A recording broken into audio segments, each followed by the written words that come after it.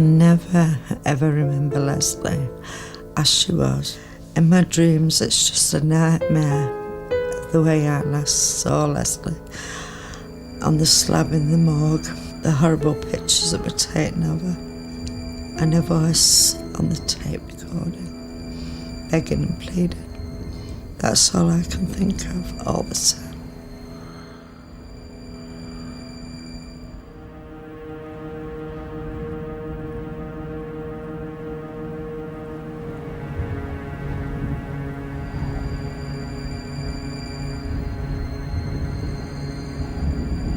It is a bleak, foreboding place.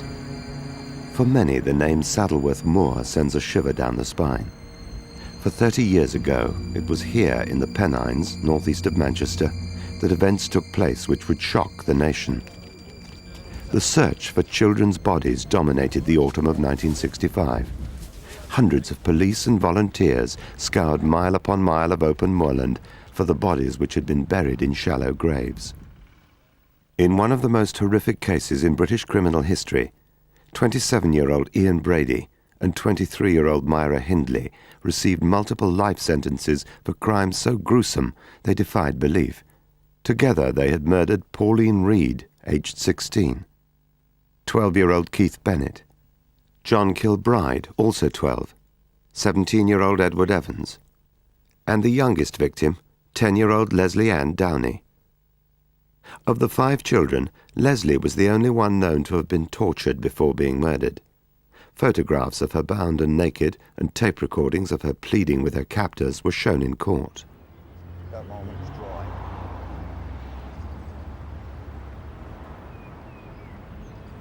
For 30 years, her mother Anne and stepfather Alan West have had to live with the memories of how Leslie died. Memories which will never go away. This is the story of how the happiest Christmas they'd ever spent together turned into a nightmare from which they're still struggling to recover. Above all, it's the story of Anne and Alan West's life sentence of grief. Lives which even today are dominated by memories of their daughter Leslie. Leslie was a very timid, quiet child. Very, very obedient. She would never lose a temper like children do, like the boys did. If they teased her, she'd cry. She was that type of a child, She wouldn't sort of get in a temper with them. The tears would come. I just melted for Leslie, I really did. I did for the boys, but I think it with being the only girl, We're like, we're mother and daughter, but like best friends. It was Boxing Day afternoon, 1964. I'd been divorced from Terry Downey for 2 years, and now Alan had come into our lives, and the children were already beginning to look on him as a father. I had 4 children, including Leslie. The youngest was Brett, who was only 4. Then there was Tommy, who was 8 years old, a very happy child. And Terry was the eldest, he was 14. And that Christmas he was suffering from a very bad cold. It was one of the happiest years actually in my life, that Christmas with the children. And Alan being in it, of course. It really was. And we loved it, and I thought, well, we're settled here, we're settled for life. Bobby's Girl was on the radio, and I remember Leslie coming running down the stairs into the living room. Mum, will they help me with my sewing? Yes, of course I will. Come on, love. We'll do it in front of the telly, eh? Come here. That's it. Now, Daisy, what you have to do is keep your stitches nice and small. Are you sure Terry can't go to the fair with us? He can wrap up. I don't think so, doll. It's a bit slushy underfoot, isn't it? Anyway, Mrs. Clark says she'll go with you. She'll keep you company. I think Terry's better off where he is, don't you? Pity perhaps you can come with me tomorrow, Terry. Yeah, maybe. Hey, we're not made of money, Les. Gaspar pays me about as much as Scrooge, if you hadn't noticed. And we sat actually together, and I was showing her how to do it. And she'd begged me to go to that, could she go to the fair? Which normally Terry would have been with her. And she said, well, I know my friend's going with her mummy and her sister, the young one. I'm sure they'd let me go. I said, as long as you're going, Mrs. Clark, I don't mind you going, Leslie. And remember, when you've spent your money, we want you both back here sharpish. Mum's laying tea for 5, and you'll have to get cleaned up after the fair. All right? OK. Off you go. I was very happy to be that part of the family. You do get fond of children, and in a way I had a little loving for her, being the only girl. But I had love for all the children, but you always had love for one child, a special child. The name of it was Silcox. It's a very well-known fairground. And from where we lived, you could see it, actually see it, the big wheel and everything, you know, hear the music.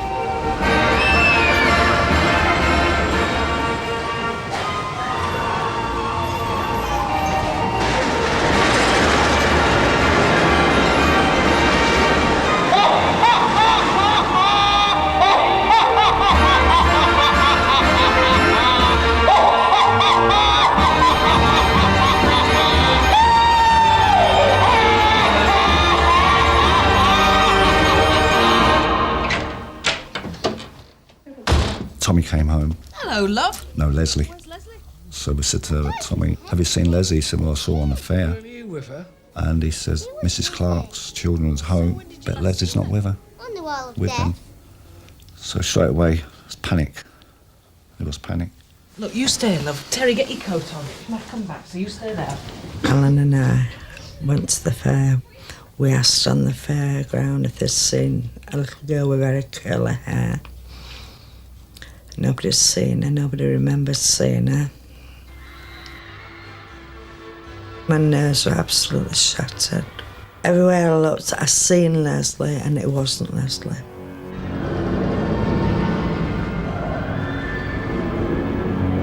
I said, oh, she's there. But it wasn't, you know, it wasn't Leslie. And I remember saying to Alan, she's got to be at home now. And Alan said, yes, she'll be home because this wasn't a child that wanted to be in any kind of trouble. But for Terry, the guilt of not going to the fair with his sister was already beginning to surface. It's not your fault, love. Yeah, it is. Look, Terry, will you just stop blaming yourself? I For told heaven's sakes, it's you not it your was. fault. If I'd have been with her, Les wouldn't have gone missing, and then everything would be okay. Terry, it's not your fault. Listen, you go home. She may even be waiting for us there. Your mum and I had better go to the police station. All right? Yeah, go on, love. We'll be back soon. You go. See you later. Come on. He loved her so much, and he was blaming himself. And I was trying to comfort him, saying, Terry should be all right, please God. Don't blame yourself for anything. He kept saying, Mum, I should have been with her. Whether I'd got the flu or whether I'd not got the flu, I should have been with her. It was just gone 5 o'clock and we went to Mill Street Police Station. And as I got in, I was hysterical. Sergeant, our little girl's gone missing. Look, she went to the fair on the Red Recreation Ground and she hasn't come back. How long? It's about an hour It's ago, about an isn't it? hour ago. Look, Yeah. it doesn't matter how long she's been missing. Look, it's just not like her. Our Leslie's never late. Apart from the fact that it's Christmas and with a number of officers on leave, there's no way we can mount a search for a kiddie that's an hour late home. If we did that every time a child went missing, we'd never have time to do anything else. But it's my Leslie, and my Leslie's never late. Look, it's true. Leslie's never done anything like this before. It's totally out of character. And you're the girl's father? Well, no. I'm Alan West. I live with Mrs. Downey down at Charlie Walk. Look, the best thing you can do is go right home and wait. She might well be there waiting for you by now. 90% of cases like this are false alarms. Look, but she's just not like that. Please, Mrs. Downey, I'm sure you'll find I'm right. If she's not back by, say, 11 or 11:30, then come back and we'll look into it. I didn't like his attitude one bit. If I'd have thought Leslie was a child that disobeyed and I'd have been 7 or 8 o'clock when she come in, I wouldn't have bothered. I wouldn't have bothered. But knowing what kind of a child she was, I was very, very concerned, very. Well, when we left the police station at Mill Street, Alan was very reassuring, not trying to reassure me, but I knew he felt the same way because he knew Leslie's actions, that she wouldn't do anything to annoy me, or if she said she'd be in, she'd be in. I knew he was worrying, but for my sake, he was keeping calm and trying to calm me down. Whatever I said, it made no effect on Anne. The panic was there, the fear was there. The only way I tried to prove that there wasn't anything wrong was to take Anne back home again, to check to see if Leslie had turned up in the meantime. Come on, Leslie. Come on. Oh, where is she?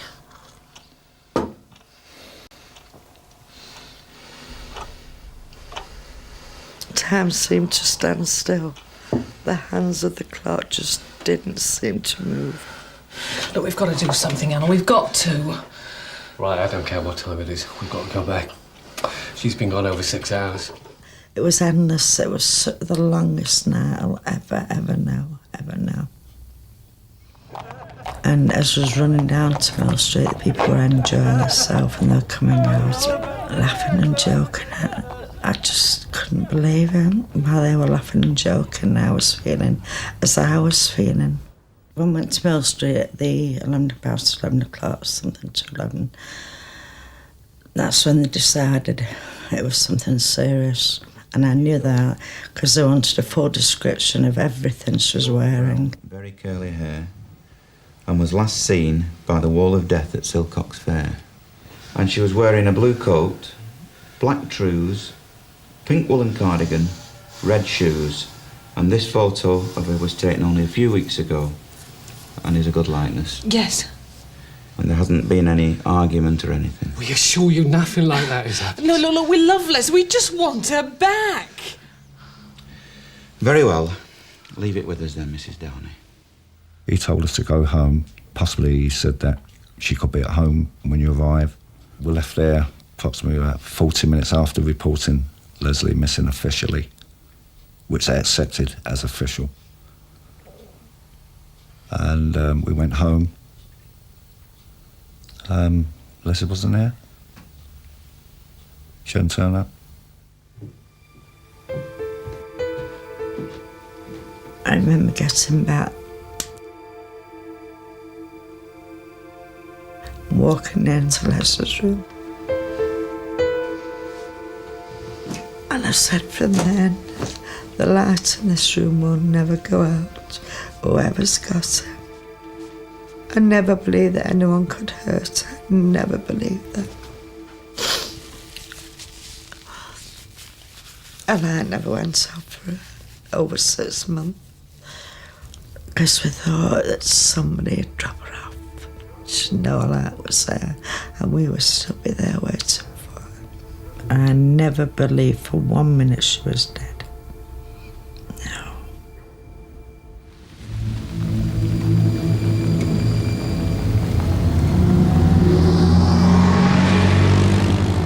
Before the police could mount a search for missing Leslie Ann, her body had already been driven by Brady and Hindley up onto the moors to be buried in a shallow grave. For her family, the nightmare was just beginning. It was something I couldn't believe that was happening to me. I couldn't believe it. I was praying to God that someone had taken her, that wanted a child, that had none, and that they would look after her, as long as nobody hurt her. Well, the day after Boxing Day, there was a knock on the door. It was about 4:30 in the afternoon, 4 to 4:30. I got up out of my chair and answered the door. And there was 2 men standing there. They introduced themselves as policemen, CID. I told them to come in, took them into the house. So they said, do you mind if you and Mrs. Downey would come to the police station? Does Alan ever have to smack the children?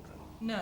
They separated us and took Alan in one room and took me in another room. And they were suggesting about, you'd heard about bad stepfathers and what they do to children. And I got very, very angry. Oh, come on, Anne, admit it. He gave her a slap and now she's run away. Look, Leslie has never had to have a slap. Look, she's a timid little girl. She bursts into tears if you even raise your voice to her. Is she a forward child? What do you mean? With Alan, is she forward? No, she's not. Look, why are you wasting so much time? Why are you out looking for her? If you'd have started looking for her the moment that we came and reported this, you'd have found her by now. It was horrible, horrible. I said to them, you should be out there looking for my child, not accusing me or my husband, Alan. I felt terrible. I felt they were convincing me that I'd done something. Oh, Alan had done something to Leslie. It seemed like hours and hours. But they were definitely blaming Alan. In my eyes, they were blaming Alan. Lies, lies, lies. It's too late to be the loving stepfather now. Stop telling me lies. You're wasting my time and you're wasting your time. I'm not lying. You're lying, are you? Come on, Alan, tell me you're lying. I'm not lying. Right, let's start from the top. How does Leslie react to you?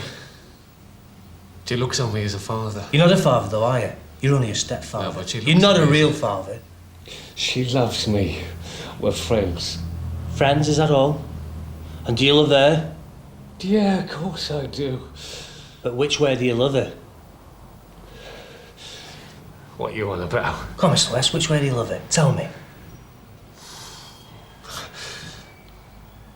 I don't believe this. Tell me, come on, without lying. Tell you what? Tell me how you love her. What sort of person do you think I am? You tell me. I know what I think. The way the questioning was coming over to me from the police was that I was responsible for Leslie's disappearance.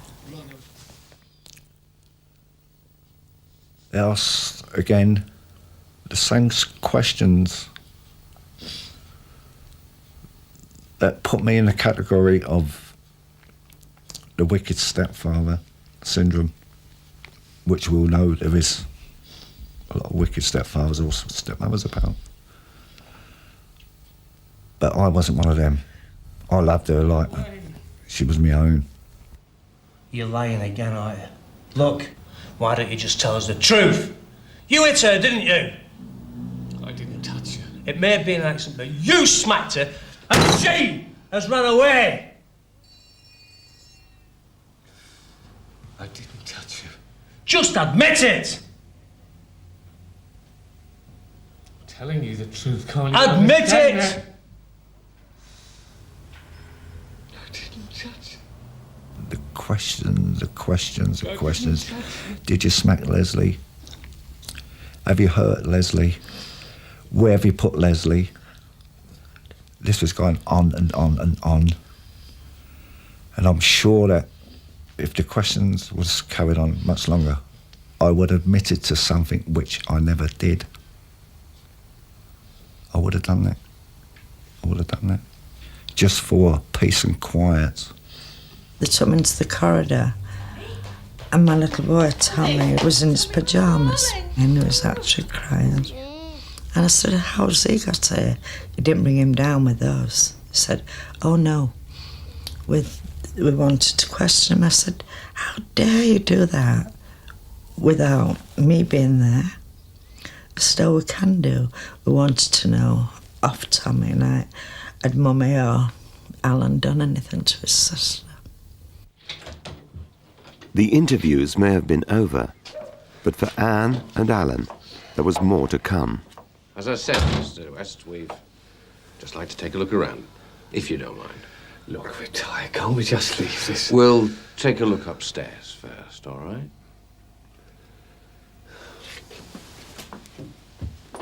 Alan took the police upstairs to search. I was very angry, very, very tearful and upset. At the time, one of the officers said to me, well, if you or Alan come clean now, it'll all be over and done with for you. I said, we've nothing to come clean about. All I'm interested in is you finding my child who was missing.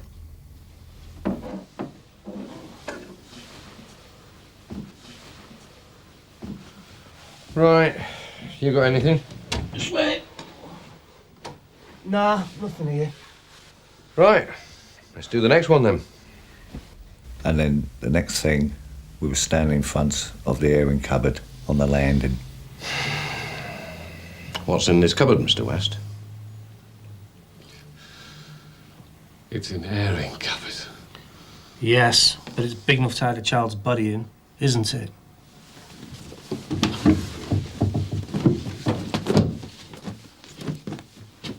You happy? Seems clear. Where do you keep your rubbish, Mr. West? The rubbish from the flats goes down a chute into some sort of skip. How many times have I got to tell you we didn't kill her? We don't know where Leslie is. That's why we came to you. What's up, Dad? It's all right, Terry. Go back to bed.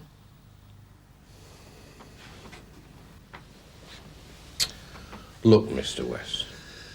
I had an idea that the thing was pointing at me, not at Anne or anyone else, but at me.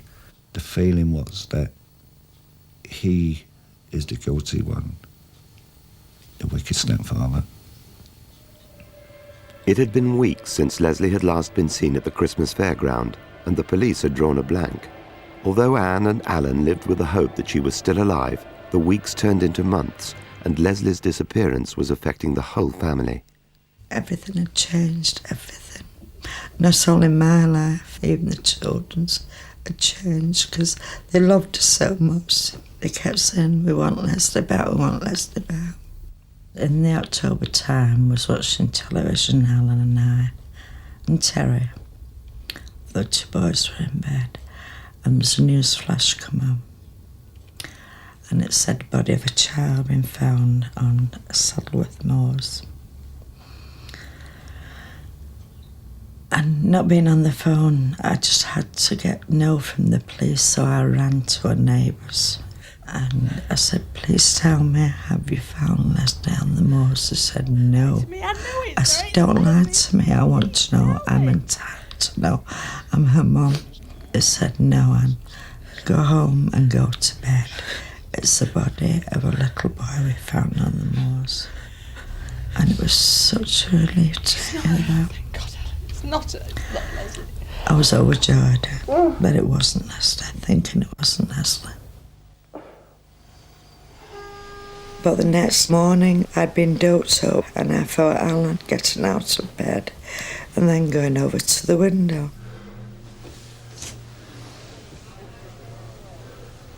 What the hell is going on? What is it, love? What's happening? It's the press, Anne. The street's full of them.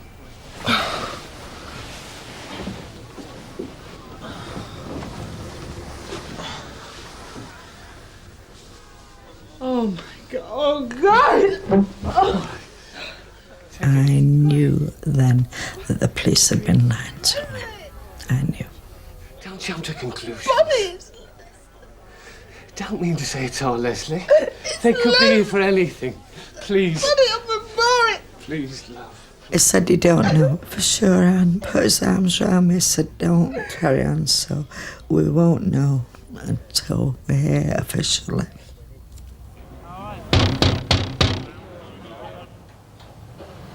Mr. West, may we come in, please? Yeah. Mrs. Downey? Mrs. Downey, we hate to do this, but it's our job. Mrs. Downey, it's our sad duty to ask you to come down to the mortuary to make a formal identification. Here they are.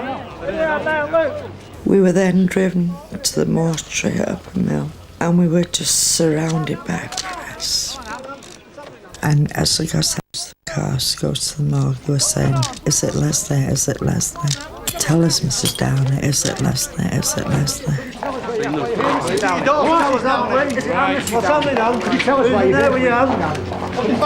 They rushed me and Alan to a room. Told me to be as brave as possible. It was very, very, very, very cold. I just couldn't keep still. I was shaking from head to toe. God. This way, Mrs. Downey.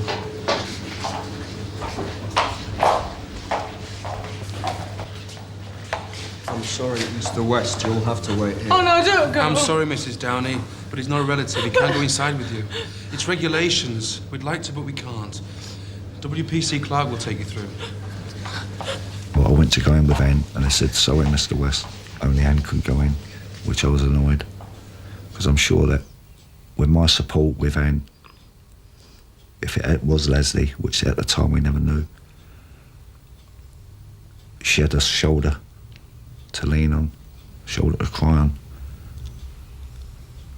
But they wouldn't accept this. I was guided deeper into that terrible place. Would you like to go through now?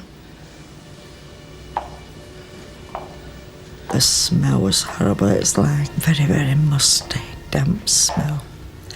Something had rotted. I think the way it rotted.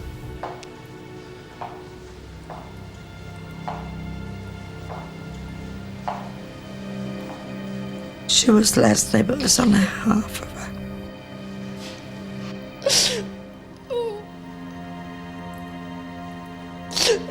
When I looked at Leslie, what there was of her, she looked peaceful. And I knew it was my little girl. But I did wonder how she died. I was hoping and praying she had died of shock. That's what was my hope. And my prayer that she died of shock with being with strangers or whoever had done whatever they had done to her. Within a few minutes, I heard Anne screaming, crying. I knew that it was Leslie. But I was bitter to put someone through what Anne had to go through. There's no need for it. No need at all. I mean, she suffered 10 months. When we came out, there must have been 50, 60 flash balls with photos all over. I guess I knew it was Leslie, and yet they were all screaming and shouting, "Is it Leslie? How do you feel? Is it Leslie? Answer me." Cameras flashing away, bulbs going, shouting. It was more like a lynch mob, but it was such annoying that they should intrude. You should have felt something, especially for Anne and the family. But there was no compassion there at all.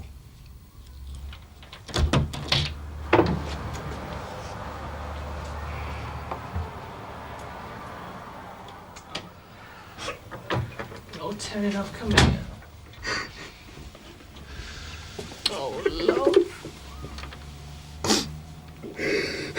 It's all my fault, Mum. And I remember him saying to me, "Mum, why did they lie to you? Why did they say it was a little boy?"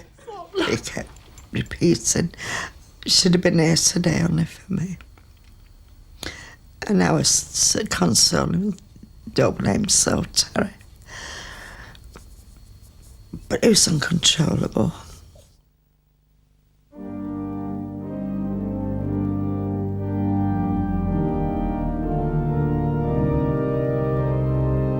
More than 1,000 people gathered outside the church at Leslie's funeral, and it seemed as though the whole world had turned out to mourn. The press were also there, anxious to turn their grief into headlines. But for Anne, the horror was only just beginning. A few days later on in the week, I'd had Valium to calm me down. And I was sat there, half and half asleep, half awake. There's a knock on the door.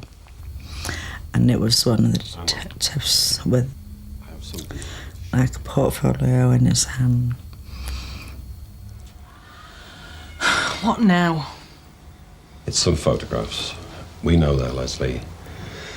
But we have to have a formal identification. Well, look, let me do it. I can tell you whether it's Leslie or not. Don't show them to Anne. She's suffered enough already. Please just show them to me. I'm sorry, Alan. Look, I don't have any other choice. You know that. Believe me, if there was any other way, I'd do it. He said he was sorry I had to do this, but they knew it was, but I had to be sure. He said, we found quite a few, but we brought 2 we think are suitable for you to look at. I'm going to show you the first one, Anne. You must look at them. You know that, so... I nearly died. When I seen them pictures, they were horrible. Absolutely horrible. They had Leslie naked. She was gagged and bound, bent over a chair. And one of them... Just one more. You've got to, I'm sorry. And on the other one, she was on Hindley's bed, knelt in prayer, and her mouth was stuffed up and a gag put around her.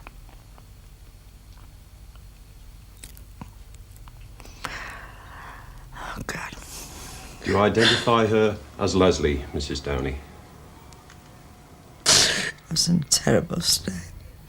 Because I knew, when I looked at them pictures, how frightened Leslie would be just to take a coat off, let alone her clothes.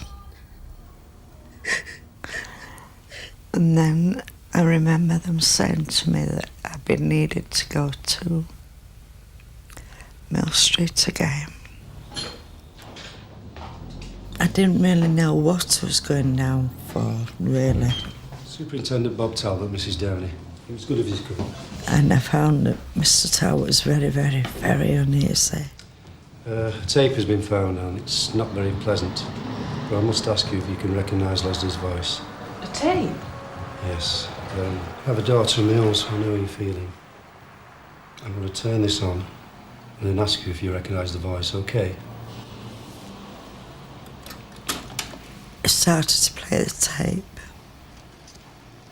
And I heard Leslie saying, please don't make me get undressed. I don't want to get undressed.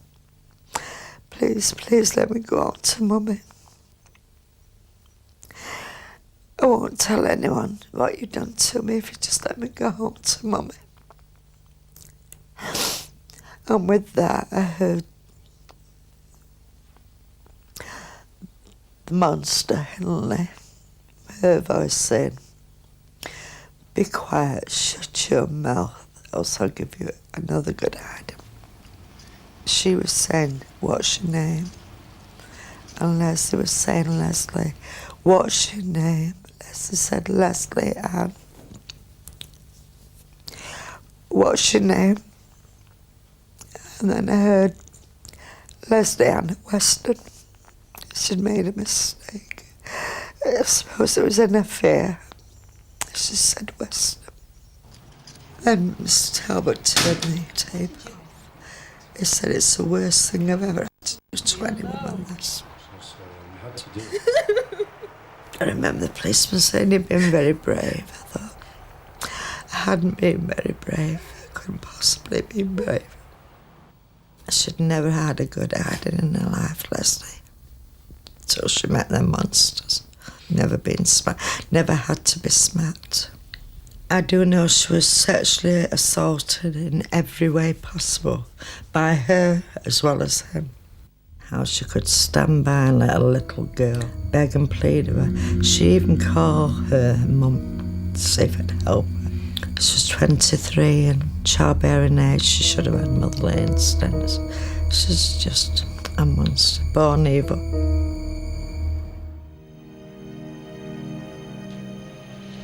Time has done nothing to diminish the public fascination with the Moores murders.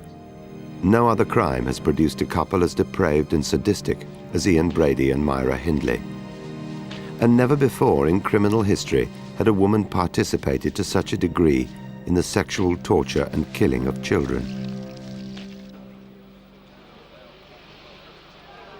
It was the trial of the century. As the suspects were driven to the courtroom, public feelings were running high.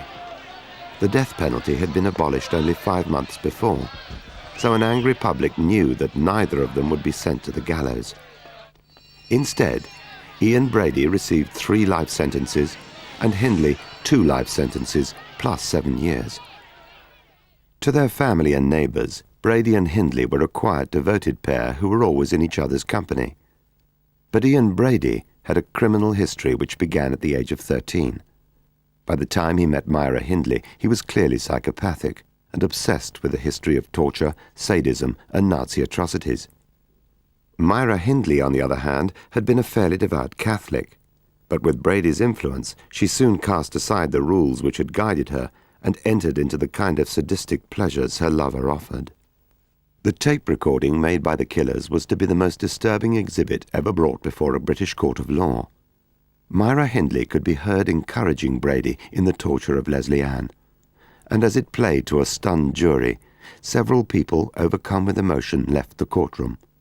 The recording convinced the jury that Myra Hindley was an equal partner in the couple's terrible crimes.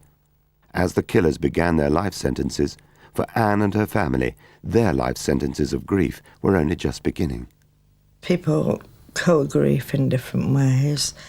After I buried my daughter, Leslie, as always, I lent on Alan a lot. But he was always having to get the doctor out to give me injections because the pills I was on at the time weren't strong enough for me. I'd wake up screaming. All I could see was the morgue and Leslie and hear them horrible tapes. I felt that one of us has got to be strong. It's hard to do, so I had to put a false face on. Tried to carry on as the best we could. Tried to have a laugh and a joke, which obviously was all false anyway. I think Anne knew that. In the early 1970s, a TV campaign was broadcast encouraging families to adopt children. For Anne and Alan, it was a glimmer of hope and an opportunity to fill the emptiness in their lives. And then I talked about it, I said, well, go for it, you know. I've got lots of love in me. And we did get forms, and I also had a lady come to visit me and asking me all kinds of questions, and Alan was in work, he had a good job, and she said, oh, that'll be fine, and we'll think about it. Because all later she'd come back, but on certain occasions she was a different woman entirely. Can I get you a cup of tea? No, thank you. Mr. and Mrs. West, am I right in saying this is our 3rd visit? And you were hoping for a little girl? Yeah. Why didn't you tell me who you are? What do you mean? I mean, why didn't you tell me who you are on the application form for the adoption? We don't understand. You deliberately hid the fact that your daughter was murdered. You should have mentioned this on the application form where it says other remarks. It is important, you know. You mean you're going to turn us down? I'm sorry. Look, we I felt the whole world was against me. Are they blaming me for Leslie dying? I've lost a child. I said, and no other child in the world could take Leslie's place, but at least I could offer a child a good home and lots of love. Well, I was very, very, very upset, crying, because I felt as though, is she looking at me as though I've hurt Leslie, that I wanted it to happen, you know. I should have been more careful with Leslie, and it made me ill, it really made me ill. I can never, ever remember Leslie as she was. In my dreams, it's just a nightmare, the way I last saw Leslie on the slab in the morgue. That's all I can think of. I wish she would appear to me. I've wished it now for nearly 30 years. Anxious to remember Leslie as she was, Anne met with the well-known medium Doris Stokes. Although there were doubts in her mind, it was a chance at least of making some sort of contact with Leslie. Alan and I agreed that we should go down, and went down by train. And we got there, and she said, "You've come a long way, love, but I don't think I can help you." So I have got a little girl been marrying me all morning called Leslie, but it's not your Leslie. Don't upset yourself. I was so downhearted, I didn't know what to do. She said, "She's here now, she's here now." She said, "She's giving another name, it's Downey." I said, "Well, actually, her name was Downey." I said, "You know, Alan is my second husband." I had my doubts, I really had my doubts. But then she went on to tell me there's a man up there with a call Bill. Leslie's safe with her granddad Bill. And he even mentioned the name of the street where I was born that had been down 40 years that Doris Stokes couldn't possibly have known about. Leslie came through to Doris and said, "Tell Mummy to stop crying. She's going to really make herself ill. And I don't like to see her crying all the time." She said she was a very, very bad woman. Myra, she called her. I can assure Mummy that she will never, ever come out of prison, ever. And it has come true. She has got a life sentence now, Henley, and she won't come out. The session with Doris Stokes had reconfirmed Anne's faith in God, and that Leslie would be waiting for her in heaven. I've had no life since I lost Leslie. We were a very, very happy family when Leslie was alive. Very happy families, happy-go-lucky. But my life now, each and every night and every day, I am indoors. Unless I go out in the car shopping with Alan to get the groceries, I am indoors every night. Every night. I have no life. I'm in my prison. This is my prison. I'm serving my sentence here. For what Hindley and Brady did to Leslie, I mean, they never only just killed her, they tortured her. She could have been married. She could have had children. It just wipes out generations, and they can never be replaced. If you go out, people tend to be nice and ask you how you are and are you getting on a better, are you trying to forget? I could never forget, never. Not until the day I die. That'll be the only time I'll ever forget what happened to Leslie. They try to put in your head that it is God's making. When you lose someone, God wants them. She wasn't taken by the hands of God. She was taken by monsters, Hindley and Brady. I do say my prayers every night to Leslie, every night. But I cannot say the Lord's Prayer right through. I've got told me, "Forgive us our trespasses." That is one thing I never say in my prayers, and I don't think I ever shall. Because I could never forgive them, so I can't say it. I can't imagine how baby went. I just dread the place, I hate it so much. I will never, ever, ever come here again, ever. It has been 30 years since Anne last visited Saddleworth Moor during the search for her daughter's body, and coping with such painful memories have been extremely difficult both for her and her husband Alan. Oh, without Alan, I wouldn't be here today. I really wouldn't. My minister, Leslie's minister, always said Alan was sent to bear my cross that I was going to have to bear in the future, and I believe that was true.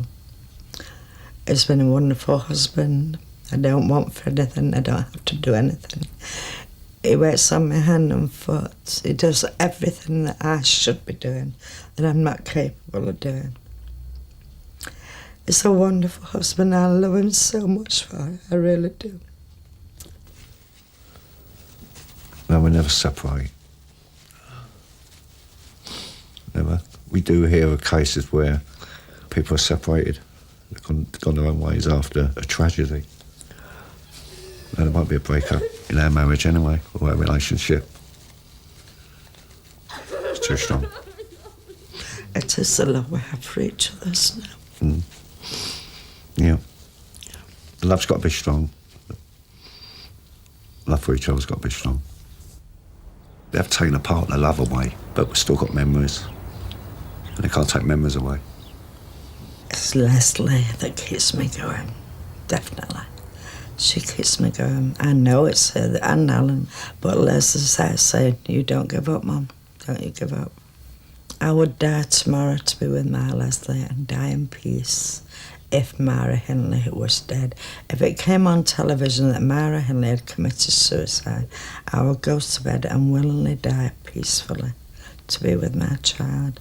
It might sound selfish, leaving my other children and Alan, but I need to be with Leslie. I need to be with her. That's a mother's love for a child. It is love and hatred that keeps Anne going. Love for Leslie and hatred for those who took her daughter away. Today, Anne continues to serve her own life sentence.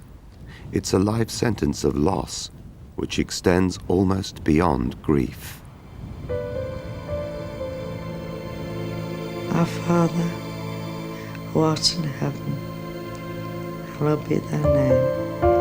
Thy kingdom come, thy will be done, on earth as it is in heaven. Give us this day our daily bread, and lead us not into temptation, but deliver us from evil. Thine is the kingdom, the power and the glory, forever and ever. Amen.